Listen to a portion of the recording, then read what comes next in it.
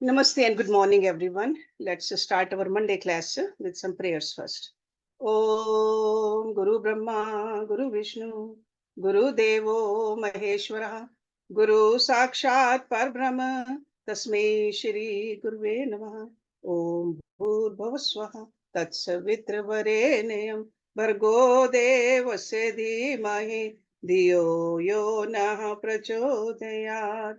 Asto Ma Sadgamya तमसो मा ज्योतिर्गम्य मृत्युर्मा अमृतम गम्य ओम सहनावतु सहनौ भुनक्तु सवीर्यं करवावै तेजस्वी नावधीतमस्तु मा विद्वेषावहै ओम शांति शांति शांति Let's open our books on, and this is Yog Vashishta 339 सर्ग नंबर 48. भोग आदि संबंधी लालसा की निंदा. दासुर उत्पत्ति. वशिष्ठ जी बोले, हे राम जी, जिनका भोग और ऐश्वर्य में चित्त खींचा है वे नाना प्रकार के राजस तामस और सात्विक कर्म बड़े आराम से करते हैं, पर वे मूढ़ आत्म शांति नहीं पाते. जब वे भोग की तृष्णा से रहित हों तब आत्म दर्शन हो. जिस पुरुष को इंद्रियां वश नहीं कर सकती वह आत्मा को हाथ में विलंब फल पत प्रत्यक्ष देखता है. और जिस पुरुष ने विचार करके अहंकार रूपी मलिन शरीर का त्याग किया है उसका शरीर आत्म रूप हो जाता है. जैसे सर्प केंचुल को त्यागता है और नूतन पाता है, वैसे ही मिथ्या शरीर को त्याग कर आत्म विचार से वह आत्म शरीर को पाता है. ऐसे जो निरहंकार आत्मदर्शी पुरुष हैं वे लौकिक पदार्थों में आसक्त भासते हैं पर जन्म मरण नहीं पाते.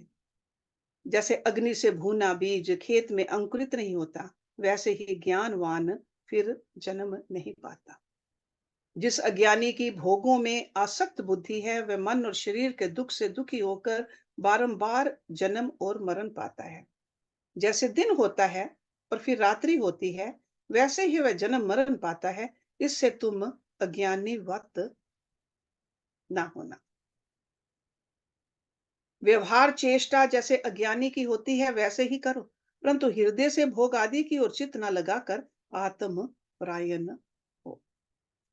राम जी ने पूछा, हे भगवान, आपने जो कहा कि संसार चक्र दासुर के आख्यानवत है, कल्पना करके रचित है और उसका आकार वास्तव में शून्य है, ये आपने क्या कहा? इसको प्रकट करके कहिए. वशिष्ठ जी बोले, हे राम जी, माया रूप विश्व मैंने वर्णन के निमित्त तुमसे कहा है और दासुर के प्रसंग से कुछ प्रयोजन ना था, परंतु तुमने पूछा है तो अब सुनो. See, Dasur name came earlier also in the previous chapters. हे राम जी, इस सृष्टि में मगध नामक एक देश है जो बड़े बड़े कंदम्बों वनस्पतियों और तालों से विचित्र रूप पंखों सहित मन को मोहने वाला अनेक वृक्षों और फल फूलों से पूर्ण है, जिन पर कोकिल आदि पक्षी शब्द करते हैं. उस नगर में एक धर्मात्मा तपस्वी दासुर नामक हुआ जो वन में जाकर कदम्ब वृक्ष पर बैठकर तप करता था. राम जी ने पूछा, हे भगवान, ये ऋषिवर तपस्वी वन में किस निमित्त आया था और कदम्ब वृक्ष पर किस निमित्त बैठा, वह कहिए. वशिष्ठ जी बोले, हे राम जी, सरलोमा नामक ऋषिवर उसका पिता मानो दूसरा ब्रह्मा उस पर्वत पर रहता था. उसके गृह में दासुर नामक पुत्र हुआ, जैसे बृहस्पति के गृह में कच हो. निदान दासुर संयुक्त उसने वन में चिरकाल व्यतीत किया और आयु समाप्त होने पर देह का त्याग कर स्वर्ग लोक में गया, जैसे पक्षी आले का त्याग कर आकाश में उड़ता है. तब उस वन में दासुर अकेला रह गया और पिता के वियोग से ऐसे रुदन करने लगा जैसे हथनी वियोग से विलकती है और जैसे हिम ऋतु में कमल की शोभा नष्ट हो जाती है, वैसे ही दीन हो गया. वहां अदृष्ट शरीर वन देवी थी. उसने दया करके आकाशवाणी की कि हे ऋषि पुत्र, अज्ञानी की भांति क्यों रुदन करता है? ये सर्व संसार असत रूप है. तू इस संसार को देखता नहीं कि ये नश्वर और महाचंचल है. सर्वदा इसका उद्भव और विनाश होता है और कोई पदार्थ स्थित नहीं रहता. आदि ब्रह्मा से कीट पर्यंत जो कुछ विश्व तुझको भासता है वह सब नश्वर है, इसमें कुछ संदेह नहीं. इससे तू पिता के मरने का विलाप मत कर. ये बात अवश्य इसी प्रकार है कि जो उत्पन्न हुआ है वह मृत्यु को प्राप्त होगा स्थिर कोई ना रहेगा, जैसे सूर्य उदित होकर अस्त हो जाता है। हे राम जी, जब इस प्रकार उस देवी की वाणी दासुर ने सुनी, तो धैर्यवान हुआ, और जैसे मेघ का शब्द सुनकर मयूर प्रसन्न होता है, वैसे शांत होकर यथा शास्त्र पिता की सब क्रिया की। तदंतर सिद्धि के निमित्त तत्पद का उद्यम किया, परंतु अज्ञात हृदय था। ऐसा क्षोत्रिय होकर तप के निमित्त उठकर विचार किया कि कोई पवित्र स्थान हो, वहां जाकर तप करूं। निदान देखता देखता पृथ्वी के किसी स्थान में चित्त विश्रांत न हुआ। सब पृथ्वी उसको अशुद्ध ही दिखाई दी, कहीं कोई विघ्न भासे और कहीं कोई विघ्न जान पड़े। निदान उसने विचार किया कि स्थान तो सब अशुद्ध हैं, परंतु वृक्ष की शाखा पर बैठकर तप करूं। ऐसा कोई उपाय हो जो वृक्ष की शाखा के अग्रभाग में मैं स्थिति पाऊं। ऐसा चिंतन करके उसने अग्नि जलाई और अपने मुख का मांस काट काट कर होमने लगा।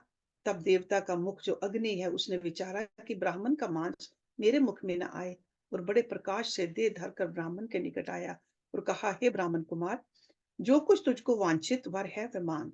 जैसे कोई भंडार को खोलकर मणि लेता है, वैसे ही तू मुझसे वर ले।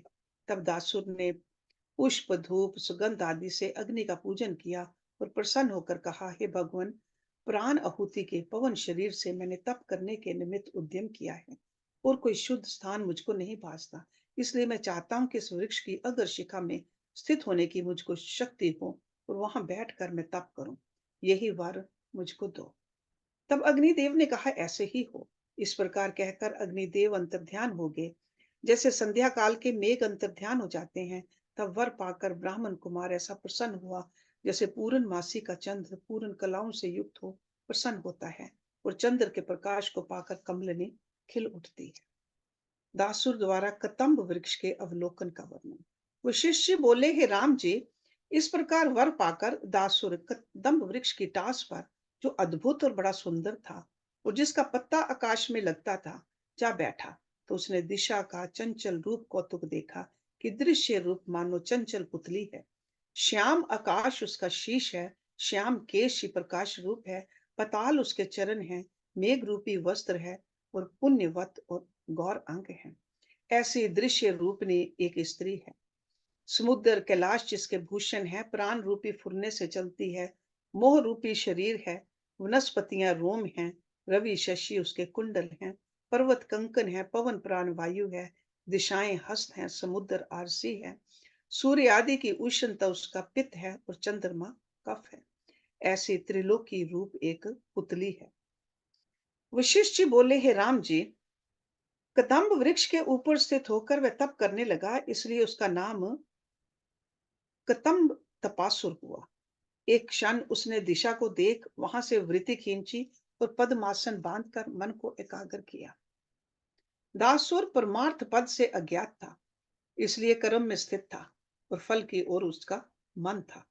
मन से उसने यज्ञ का आरंभ किया, और जो कुछ सामग्री की विधि थी वह सब यथाशास्त्र मन से ही की, और 10 वर्ष मन में व्यतीत किए। उसने सब देवताओं का पूजन किया, और गोमेध अश्वमेध धर्ममेध सब यथाविधि संयुक्त मन से किए, और ब्राह्मणों को बहुत दक्षिणा दी। इस प्रकार समय पाकर उसका अंतःकरण शुभ हुआ, और आत्म पद में निर्मल चित्त से स्थित हुआ। उसके हृदय में ज्ञान प्रकाशित होकर आत्मा के आगे मलिन वासना का जो आवरण था नष्ट हो गया, और जैसे शरद काल में सरोवर निर्मल होता है, वैसे ही उस मुनीश्वर का चित्त संकल्प से रहित हुआ। एक दिन उसने एक वन देवी को, जिसके बड़े विशाल नेत्र, चपल रूप, पुष्पों की तरह दांत और रति के समान महासुंदर शरीर था, काम के मद से पूर्ण मन को हरने वाली अग्रभाग में देखी कि नम्र होकर देखती है। मुनीश्वर ने उससे कहा, हे कमल नयनी, तू कौन है? कैसी शोभित रूप है, और इन पुष्पों से संयुक्त लता में किस निमित्त आई थी? तब कामदेव को मोहने वाली गौरी बोली, हे मुनीश्वर, जो पदार्थ इस पृथ्वी में बड़े कष्ट से प्राप्त होता है, वह महापुरुषों की कृपा से सुगमता से मिलता है। हम इस वन की देवियां लीला करती फिरती हैं, और जिस निमित्त मैं तुम्हारे आगे आई हूं वह सुनो। हे मुनीश्वर, पिछले दिन चैत्र शुक्ल त्रयोदशी थी। उस दिन इंद्र के नंदन वन में उत्पन्न हुआ था। सब वन देवियां एकत्र होकर त्रिलोकी से आई, और सब पुत्रों से संयुक्त पुष्पों से बड़ी विलास क्रीड़ा करती थी। पर मैं अपुत्र थी, इस कारण मैं दुखित हुई और उस दुख को करने के लिए तुम्हारे पास आई हूँ। तुम अर्थ के सिद्ध करता हो और बड़े वृक्ष पर स्थित हो। मैं अनाथ पुत्र की वांछा कर तुम्हारे निकट आई हूँ। इससे मुझको पुत्र दो, और जो ना दोगे तो मैं अग्नि जलाकर जल मरूंगी और इस प्रकार पुत्र का दुख दाह निवृत्त करूंगी।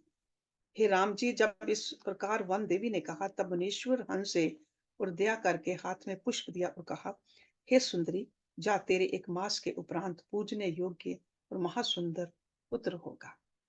परंतु तूने जो इच्छा धारी थी कि जो पुत्र प्राप्त न होगा तो जल मरूंगी, इससे अज्ञानी पुत्र होगा, पर यत्न से उसको ज्ञान प्राप्त होगा। जब इस प्रकार मुनीश्वर ने कहा, तब प्रसन्न होकर वन देवी ने कहा, हे मुनीश्वर, मैं यहाँ रहकर तुम्हारी टहल करूंगी। तुरंत मुनीश्वर ने उसका त्याग किया और कहा, हे सुंदरी, तू अपने स्थान में जा रहा। तब वह वन देवियों में जा रही और समय पाकर उसके पुत्र उत्पन्न हुआ। जब वह 10 वर्ष का बालक हुआ, तब वह उसे मुनीश्वर के निकट ले आई और पुत्र संयुक्त प्रणाम करके पुत्र को मुनीश्वर के आगे रखकर कहा, हे भगवान, ये कल्याण मूर्ति बालक तुम और हम दोनों का पुत्र है। इसको मैंने संपूर्ण विद्या सिखाकर परिपक्व किया है और अब ये सब का वेता हुआ है, परंतु केवल ज्ञान इसे प्राप्त नहीं हुआ, जिससे इस संसार यंत्र में फिर दुख पाएगा। इसलिए आप कृपा करके इसको ज्ञान उपदेश करो। हे प्रभु, ऐसा कौन कुलीन है जो अपने पुत्र को मूर्ख रखना चाहे। हे राम जी, जब इस प्रकार देवी ने कहा, तब मुनीश्वर बोले, तुम इसको यहाँ छोड़ आओ। तब वह देवी उसको छोड़कर चली गई। बालक पिता के पास रहा और बड़े यत्न से उसको ज्ञान की प्राप्ति हुई। मुनीश्वर ने नाना प्रकार के उक्त आख्यान, इतिहास और अपने दृष्टांत कल्प कर चिरकाल पर्यंत पुत्र को जगाया और वेदांत का निश्चय अनुद्वेग होकर उपदेश किया। विस्तार पूर्वक कथा के क्रम में जो अनुभव और बड़े गूढ़ अर्थ हैं वे भी कहे, और जो अपने अनुभव के प्रत्यक्ष था वह भी बल करके उपदेश किया, जिससे वह जागा और शांत आत्मा हुआ। तब तो जैसे मेघ के शब्द से मोर प्रसन्न होता है, वैसे ही वह बालक प्रसन्न हुआ। वशिष्ठ जी बोले, हे राम जी, उसी समय मैं भी कैलाश वाहिनी गंगा जी के स्नान के लिए अदृष्ट शरीर संयुक्त आकाश मार्ग से सप्तऋषियों के मंडल से चला जा रहा था। जिस पेड़ पर वह बैठा था, जब उसके पीछे मैं आया तो कुछ शब्द सुना कि उस पेड़ के ऊपर से शब्द होता है। मूंदे कमल में भ्रमर के शब्दवत कोई इस प्रकार कहता है कि हे पुत्र सुन, मैं तुझसे वस्तु के निरूपण के लिए एक अद्भुत आख्यान कहता हूँ। महापराक्रमी और त्रिलोक में प्रसिद्ध सुवेतथ नाम का एक राजा है, जो बड़ा लक्ष्मीवान संसार का रचना क्रम करता है। सब मुनि जो संसार में बड़े नायक हैं, वे भी उसको उत्तम चूड़ामणि की भांति शरीर में शीश में धारते हैं, और वह असंख्य कर्म और नाना प्रकार के आश्चर्यजनक व्यवहार करता है। उस महात्मा पुरुष को त्रिलोकी में किसी ने वश नहीं किया। सहस्रों उसके आरंभ हैं और मुख सुख और दुख देने वाला है। उसके आरंभों की संख्या कुछ कही नहीं जाती। जैसे समुद्र की लहरों की कुछ संख्या नहीं कही जाती, वैसे ही उसके आरंभ हैं और उसका पराक्रम किसी शस्त्र अस्त्र और अग्नि से नष्ट नहीं होता। जैसे आकाश को मुष्टि प्रहार से तोड़ नहीं सकते, वैसे ही वह है। उसकी विस्तृत भुजाएं हैं और लीला करके आरंभ रचता है। उसके आरंभ को कोई दूर नहीं कर सकता। इंद्र, विष्णु और सदाशिव भी समर्थ नहीं है। हे महाबाहो, उसके 3 शरीर हैं जो दिशाओं को भर रहे हैं। उन तीनों शरीरों से वह संसार में उत्तम मध्यम अधम रूप से फैल रहा है। बड़े विस्तृत आकाश से उत्पन्न हुआ है और वही शरीर में स्थित हुआ है। जैसे आकाश का पक्षी आकाश में रहता है और जैसे पवन आकाश में है, ऐसे ही वह पुरुष संसार में फैल रहा है। उस परम आकाश में उपवन सहित एक स्थान अपने क्रीड़ा के निमित्त रचा है और पर्वत के शिखर में मोती की बेलें रची हैं। उसमें 7 बावलियों में वह स्थान शोभ्यमान है और 2 दीपक उसमें रचे हैं, जो तेल और बत्ती बिना प्रकाशते हैं और शीत और उष्ण रूप हैं। कभी अधा को और कभी उधर्व को नगर में भ्रमते हैं। उसने मूर्ख मनुष्य भी रचे हैं, कोई उधर्व में स्थित है, कोई मध्य में, कोई अधा में स्थित है। कोई दीर्घ काल में नष्ट होते हैं, कोई शीघ्र ही नष्ट हो जाते हैं। कोई वस्त्रों से आच्छादित हैं और कोई वस्त्र रहित हैं। उस नगर में उसने 9 द्वार स्थान किए हैं। उसमें निरंतर बहुत वृक्ष रोपे हैं। उसने 5 दीप देखने के निमित्त किए हैं और 3 स्तंभ रचे हैं, जिनमें और छोटे स्तंभ भी हैं। मूल के स्तंभों पर लेपन किया है और पाद तल संयुक्त किए हैं। निदान महामाया से उस राजा ने वह नगर रचा है और नगर की रक्षा निमित्त सेना रची है। एक नीति देखने वाले यक्ष हैं। विवर्ग गण से वे चलते नाना प्रकार की क्रीड़ा करते हैं। उन शरीरों से वह सब स्थानों में विचरता है। यक्ष सब स्थानों में समीप रहता है और लीला करके एक स्थान को त्याग कर उस स्थानों में जाकर चेष्टा करता है। कभी इच्छा होती है तब चंचल चित से भविष्य को रच कर उसमें स्थित रह होता है और कभी भयान्वित होकर वहां से उठ जाता है और वेग करके गंधर्व नगर रचता फिरता है। जब इच्छा करता है कि मैं जन्मूं तब जन्मता है, जब इच्छा करता है कि मैं मर जाऊं तब मर जाता है। जैसे सागर में तरंगे उपजती हैं और फिर लय हो जाती हैं, उसी प्रकार वह राजा बड़े व्यवहार करता है और बारंबार रचना करके कभी आप ही रुदन करने लगता है कि मैं क्या करूं, मैं अज्ञानी दुखी हूं। उचित से आतुर होता है और कभी विचार करके उदित होकर बड़ा स्थूल हो जाता है।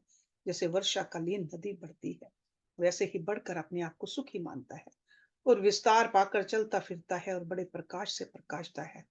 उस महीपति की बड़ी महिमा है और उचित रूप होकर नगर में स्थित है। So basically he's talking about everybody's story here. We are the creator of our life. हे राम जी, जब इस प्रकार दासुर ने कहा तब पुत्र ने प्रश्न किया कि हे भगवान, वह श्वेत राजा कौन है जिसकी कीर्ति संसार में प्रसिद्ध है और उसने कौन नगर रचा है जो भविष्य नगर में रहता है। रहना तो वर्तमान में होता है, भविष्य में कैसे रहता है? ये विरुद्ध अर्थ कैसे है? इन वचनों से मेरी बुद्ध मोहित हुई है। दासुर बोले, हे पुत्र, मैं तुझसे यथार्थ कहता हूं, तू सुन। जिसके जानने से संसार चक्र को जैसे का तैसे देखेगा कि ये वास्तव में क्या है। ये संसार आरंभ सत्य विस्तार संयुक्त भासता है तो भी असत्य रूप है, कुछ हुआ नहीं। जैसे ये संसार स्थित है वैसे मैं तुझसे कहता हूं, ये आख्यान मैंने तुझसे संसार निरूपण के लिए कहा।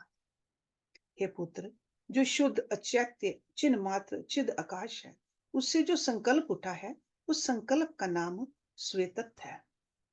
वह आप ही उत्पन्न होता है और आप ही लीन हो जाता है। सब संसार उसका रूप जो बड़े विस्तार संयुक्त भासता है, उसके उत्पन्न होने से संसार उत्पन्न होता है और नष्ट होने से नष्ट होता है। ब्रह्मा विष्णु रुद्र इंद्र आदि सब उसके अवयव हैं। अवयव मीन्स पार्ट्स। जैसे वृक्ष के अंग टास होते हैं और पर्वत के अंग शिखर होते हैं, वैसे ही उसके अंग शून्य आकाश में है। उससे यह संसार रूपी नगर रचा है। भास के अनुसंधान से वही चित्त कला विरंची पद को प्राप्त हुआ है। चतुर्दश स्थान जो कहे हैं वे विस्तार संयुक्त चतुर्दश लोक हैं और वन बगीचे उपवन संयुक्त पर्वत महाचल मंदराचल सुमेरु आदि क्रीड़ा के स्थान हैं। उष्ण शीत जो दो दीपक तेल बत्ती बिना के हैं वे सूर्य और चंद्र हैं जो संसार रूपी नगर में अधर उधर्व को प्रकाशते हैं। सूर्य की किरणों का जो प्रकाश है वही मानो मोती की तरंगे फुरती हैं और क्षीर जल आदि जो सात समुद्र हैं वे बावलियां हैं। उसमें जीव व्यवहार करते लेते देते अधः उधर्व को जाते हैं। पुण्य से स्वर्ग लोक में जाते हैं और पाप से नरक में चले जाते हैं। संसार में संकल्प से जो क्रीड़ा के निमित्त उसने विवर गण रचे हैं वे शरीर हैं। कोई देवता होकर उधर्व स्वर्ग में रहते हैं, कोई मनुष्य होकर मध्य लोक में रहते हैं, कोई दैत्य होकर नाग लोक आदि पाताल में निवास करते हैं। पवन रूपी प्रवाह से समस्त यंत्र चलते फिरते हैं। अस्थि रूपनी उनमें लकड़ियां हैं और रक्त मांस से लेपन किए हैं। कोई दीर्घ काल में और कोई शीघ्र ही नष्ट हो जाते हैं। शीश पर केश श्याम वस्त्र है और करण नासिका लोचन जीवा और मूत्र पुरीष के स्थान लिंग इंद्रिय और गुदा ये नव द्वार हैं जिनसे निरंतर पवन चलता है। शीत उष्ण रूप प्राण अपान है। नासिका आदि उसके झरोखे हैं। भुजा रूपनी गलियां हैं और पंच दीपक पंच इंद्रियां हैं। हे महाबुद्धिमान, ये सर्व संकल्प रूपनी माया से रचे हैं। अहंकार रूपी यक्ष है। महाभय का स्थान इस अहंकार से होता है और शरीर रूपी विवनगण अहंकार रूप ने यक्ष संयुक्त विचरते हैं। वे असत्य रूप हैं परंतु सत्य होकर इसके साथ क्रीड़ा करते हैं। जैसे भांड में बिलाव, बावी में व्याल और बांस में मोती है, वैसे ही देह में अहंकार है जो क्षण में उदित होता है और क्षण में शांत हो जाता है। दीपकवत भेद रूपी गृह में संकल्प उठता है, जैसे समुद्र में तरंगे उठती हैं और भविष्य नगर भासता है। सुन, अपना जो कोई स्वार्थ सोचता है, ये कार्य इस प्रकार करूंगा और अमुक दिन इस देश में जाऊंगा, तो जैसे सोचता है वैसे ही भास आता है, उसमें जा प्राप्त होता है। जब तक दुर्वासना है तब तक अनेक दुख होते हैं, और ये दुष्ट मन अहंकार से स्थूल हो जाता है, और संकल्प से रहित होने पर शीघ्र ही इसका नाश होता है। जब तू संकल्प नाश करेगा तब शीघ्र ही कल्याण पाएगा। अपना संकल्प उठकर अपने आप को ही दुखदायक होता है, जैसे बालक को अपनी परछाई में वैताल कल्पना होती है और आप ही भय पाता है, वैसे ही अपना संकल्प अनंत दुखदायक होता है, उससे सुख कोई नहीं पाता। संपूर्ण संसार विस्तार संकल्प से होता है, और आत्मा की सत्ता से बढ़ता और फिर नष्ट हो जाता है, विचार करने से नहीं रहता। जैसे सायंकाल में आतप का अभाव हो जाता है, प्रकाश होने पर तम का अभाव हो जाता है, वैसे ही विचार से संकल्प आप ही नष्ट हो जाते हैं। एंड संकल्प really means over here like a desires, the selfish thoughts. संकल्प, मन आप ही क्रिया करता है और आप ही दुख पाता है, और रुदन करने लगता है, जैसे वानर काट के यंत्र की कील को हिलाकर फंसता है और दुख पाता है, वैसे ही अपना इस संकल्प अपने आप को दुखदायक होता है। संकल्प से कल्पित विषय का आनंद जब जीव को प्राप्त होता है, तब वह ऊंची ग्रीवा करके हर्षित होता है, जैसे किसी पेड़ के फल ऊंट के मुंह में आ लगे और वह ऊंची ग्रीवा करके विचरे, वैसे ही अज्ञानी जीव विषय की प्राप्ति में ऊंची ग्रीवा करके हर्षित होते हैं। क्षण में जीव को विषय की प्राप्ति होती है और विशेष करके इष्ट की प्राप्ति में बढ़ते हैं। पर जब कोई दुख होता है तब वह प्रीति की प्रसन्नता उठ जाती है और क्षण में विकारी होता है, और क्षण में प्रसन्न होकर वस्तु गुण की प्रीति में हर्ष पाता है। शुभ संकल्प से शुभ को देखता और अशुभ संकल्प से अशुभ को देखता है। शुभ से निर्मल होता है और अशुभ से मलिन होता है। आगे जैसी तेरी इच्छा हो वैसा कर। श्वेतत के जो मैंने तुझसे तीन शरीर कहे थे, उत्तम मध्यम और अधम, ये सात्विक राजस तामस, यही तीन गुण तीन शरीर हैं। यही सब के कारण संसार में स्थित हैं। जब तामसी संकल्प से मिलता है तब नीच रूप पाप चेष्टा कर्म करके महाकृपणता को प्राप्त होता है और मृतक होकर कृमि और कीट योनि में जन्म पाता है। जब राजसी संकल्प से मिलता है तब लोक व्यवहार अर्थात स्त्री पुत्र आदि के राग से रंजित होता है और पाप कर्म नहीं करता, तो मृतक होकर संसार में मनुष्य शरीर पाता है। जब सात्विकी भाव में स्थित होता है तब ब्रह्म ज्ञान परायण होता है, मोक्ष पद की उसको अंतर्भावना होती है और ब्रह्म ज्ञान पाकर चक्रवर्ती राजा की भांति स्थित होता है। जब उन भावों का त्याग करता है तब संकल्प भाव नष्ट हो जाता है और अक्षय परम पद शेष रहता है। इससे संसार दृष्टि का त्याग करके मन से मन को वश करके भीतर बाहर जो दृश्य का अर्थ चित्त में स्थित है उस संसार को निवृत्त करके शांत आत्मा। हे पुत्र, इसके बिना और उपाय नहीं। जो तू सहस्र वर्ष दारुण तप करे अथवा लीलावत अपने आप को शिलासन चूरन करे, समुद्र में प्रवेश करे, बड़वाग्नि में प्रवेश करे, गड्ढे में गिरे, खड़ग धारा के सम्मुख युद्ध करे, अथवा सदा शिव ब्रह्मा विष्णु या बृहस्पति दया करके तुझे उपदेश करें और पाताल पृथ्वी स्वर्ग आदि और स्थानों में जाए, तो भी और उपाय कल्याण के लिए कोई नहीं। जैसे संकल्प का उपशम करना उपाय है, वैसे जो अनादि अविनाशी विकारी परम पावन सुख है वह संकल्प के उपशम से प्राप्त होता है। इससे यत्न से संकल्प का उपशम करो। So that means शांत करो अपने डिजायर्स को। जो कुछ भाव पदार्थ हैं वे सब संकल्प रूपी तत्व से पिरोए हुए हैं। जब संकल्प रूपी तांत टूटता है तब नहीं जाना जाता कि पदार्थ कहाँ गए। सत्य असत्य सब पदार्थ संकल्प मात्र हैं। जब तक संकल्प है तब तक ये भासते हैं, और संकल्प के निवृत्त होने पर असत्य हो जाते हैं।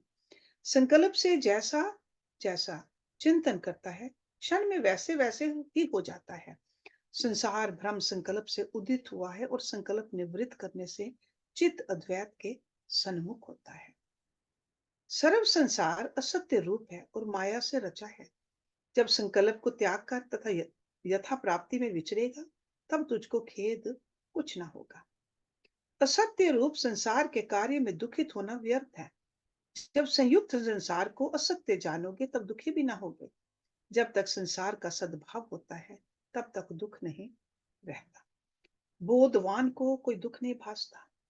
इससे जो नित्य प्राप्त सत्ता रूप है, उसमें स्थित होकर विकल्प के बड़े समूहों को त्यागो और अद्वैत आत्मा में विश्राम सुख को प्राप्त होकर सुषुप्ति रूप चित्त वृत्ति धारण करके विचरो। इतना सुनकर पुत्र ने पूछा, हे भगवान, संकल्प कैसा है और वह उद्भव वृद्धि और नाश कैसे पाता है? दासुर बोले, हे पुत्र, अनंत जो आत्म तत्व है, वह सत्ता समान रूप है। जब वह चैतन्य सत्ता द्वैत के सन्मुख होती है, तब चेतना का लक्ष्य जो वृत्ति ज्ञान रूप है, वही बीज रूप संवित उल्लास मात्र सत्ता को पाकर घन भाव को प्राप्त होता है। घन भाव मीन्स ग्रोसनेस, लाइक मैनिफेस्टेशन। फुरने से आकाश को चेतता है और आकाश को पूर्ण करता है। जैसे जल से मेघ होता है, वैसे ही फुरने की दृढ़ता से आकाश होता है। अपना स्वरूप आत्म सत्ता से भिन्न भासता है। ये भावना चित्त में भावित हो जाती है। भिन्न means I am separate, individuality. जैसे बीज अंकुर भाव को प्राप्त होता है, वैसे ही सत्य संवित संकल्प भाव को प्राप्त होता है। संकल्प से ही संकल्प उत्पन्न होता है और आप ही बढ़ता है, जिससे सुखी दुखी होता है। जब अचल रूप में चित्त संवेदन दृश्य की ओर फुरता है, तब उस फुरने का नाम संकल्प होता है। और स्वरूप को भूलकर जब दृश्य की ओर फुरता है, तब संकल्प वृद्ध होता है और जग जंजाल रचता है। So it becomes more and more solidified. जो कुछ प्रपंच है, वह संकल्प का रचा संकल्प मात्र है। जैसे समुद्र जल मात्र होता है, जल से भिन्न नहीं, वैसे ही संसार संकल्प से भिन्न नहीं। आकाश मात्र से भ्रांति रूप संसार फुर आया है। जैसे मृग तृष्णा का जल और आकाश में द्वितीय चंद्रमा भासता है, वैसे ही तुम्हारा उत्पन्न होना और बढ़ना भ्रम मात्र है। जैसे तम का चमत्कार होता है, वैसे यह संसार मिथ्या संकल्प से उदित हुआ तुझको भासता है। हे पुत्र, तेरा उद्भव भी असत्य है और बढ़ना भी असत्य है। जब तू इस प्रकार जानेगा, तब इसकी आस्था लीन हो जाएगी। ये पुरुष है, वह मैं हूं, ये सब भाव दुख सुख सहित पदार्थ अज्ञान से व्यर्थ भासते हैं और इनमें आस्था करके जीव हृदय से तपता रहता है। अहम त्वम आदि दृश्य सब असत्य रूप हैं। जब ये भावना करेगा, तब तो पृथ्वी में कल्याण रूप होकर विचरेगा और फिर संसार को प्राप्त न होगा। अहम त्वम आदि से लेकर जब सब दृश्य की भावना हृदय से जाएगी, तब इसका अभाव हो जाएगा। हे पुत्र, फल को तोड़कर मर्दन करने में भी कुछ यत्न होता है, परंतु आपसे सिद्ध और भाव मात्र संकल्प के त्याग में कुछ यत्न नहीं।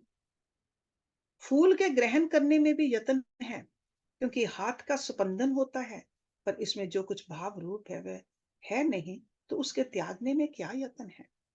इसमें कुछ है नहीं। इस दृश्य प्रपंच से विप्रेय भाव करना कि ना मैं हूं ना संसार है। विप्रेय मीन्स उल्टा। जिस पुरुष ने इस दृश्य संसार का सद्भाव संकल्प नाश किया है, वह शांति रूप होता है। जो आत्म सत्ता है, उसमें जब अपना आप उपशम करे, तब स्वस्थ होता है। जो शुद्ध मन से मन को छेदेगा, वह आत्म तत्व में स्थित होगा। इसमें क्या यत्न है? संकल्प का उपशम होने पर संसार का उपशम होता है और सब लौकिक दुख निर्मूल हो जाते हैं।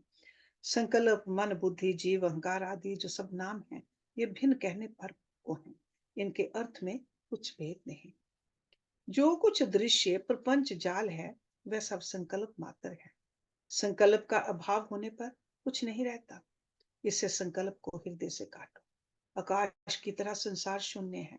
जैसे आकाश में नीलिमा भ्रांति से भासती है, वैसे ही यह संसार असत्य विकल्प से उठा है। संकल्प और संसार दोनों असत्य हैं। इससे सब असत्य रूप है। असत्य रूप संकल्प ने यह सब सिद्ध किया है, इसकी भावना में आस्था करना मिथ्या है। जब ऐसे जाना तब इष्ट रूप किसको जाने, वासना किसकी करे और अनिष्ट किसको जाने। तब सब वासना नष्ट हो जाती है और वासना के नष्ट होने पर सिद्धि प्राप्त होती है। हे पुत्र, जो यह संसार सत्य होता तो विचार करने से भी दृष्टि में आता। विचार करने से तो इसका शेष कुछ नहीं रहता। जैसे प्रकाश के देखने से तम दिखाई नहीं देता, वैसे ही विचार कर देखने से संसार सत्य नहीं भासता। इससे ये अविचार से सिद्ध है, असत्य रूप है और बुद्धि की चपलता से भासता है। जिस पुरुष को संसार भावना उठ गई है, उसको लौकिक सुख दुख स्पर्श नहीं करते। निर्णय से जो असत्य रूप जाना, उसमें फिर आस्था नहीं उदित होती, और जब आस्था गई तब भाव अभाव बुद्धि भी नहीं रहती। संसार के सुख सब मिथ्या मन के फुरने से रचे हैं और मनोराज के नगर वत स्थित हुए हैं। भूत भविष्य वर्तमान संसार मन की वासना से फुरता है और मानसी शक्ति में स्थित है। वह मन क्षण में बड़ा दीर्घ आकार धारता है और क्षण में ऐसा सूक्ष्म आकार धारता है कि ग्रहण नहीं किया जाता। जैसे समुद्र की लहर को पकड़ने चलो तो पकड़ी नहीं जाती, वैसे ही मन है। यद्यपि बड़े आकार से युक्त संसार भासता है तो भी कुछ वस्तु नहीं है, क्षण भंगुर है और असार वासना से भासता है और वासना क्षय होने पर शांत हो जाता है। जब तुझको वासना फुरे तब उसी काल में उसको शीघ्र ही त्याग कर ऐसी भावना कर कि ये दृश्य प्रपंच कुछ है नहीं, असत्य रूप है, तो वासना अवश्य नष्ट होगी। जो ये संसार हो तो इसको त्याग करने में यत्न भी हो, पर यह तो असत्य भूतों का प्रपंच है, इसके अर्थ चिकित्सा करने में तुझको खिंता कुछ ना होगी। जो है ही नहीं तो उसके त्याग में क्या यत्न है। यदि यह संसार सत्य होता तो इसके नाशार्थ कोई ना चलता, पर ये तो सब असत्य रूप है और विचार करने से कुछ नहीं पाया जाता। इससे असत्य अहंकार रूप दृश्य को त्याग कर सत्य आत्मा को अंगीकृत करो।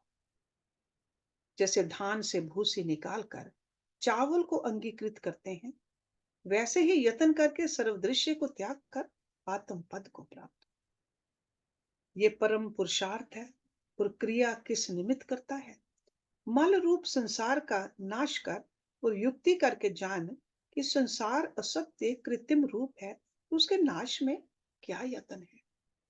जैसे तांबे से युक्ति पूर्वक मल दूर होता है तब वह निर्मल भासता है, वैसे ही युक्ति से दृश्य मल जब दूर हो तब बोध स्वरूप प्राप्त हो। इस प्रकार उद्यम करो। हे पुत्र, ये संसार संकल्प विकल्प से उद्भूत है और विचार करने पर अल्प यत्न से ही निवृत्त हो जाता है। So again and again he's telling us it doesn't take that much effort actually to detach. Due to our own desires, we have really made this very strong opinion that oh, we cannot let it go. देख कि वह कौन है जो सदा स्थिर रहता है। So we got to contemplate on that. माया तो आती जाती रहती है, स्थिर क्या रहता है। सब पदार्थ असत्य रूप हैं और देखते देखते नष्ट हो जाते हैं। जैसे दीपक के प्रकाश से अंधकार का अभाव हो जाता है और भ्रांति दृष्टि से आकाश में दूसरा इंदु भासता है और स्वच्छ दृष्टि से उसका भाव हो जाता है, वैसे ही विचार करके भव भ्रम नष्ट हो जाता है।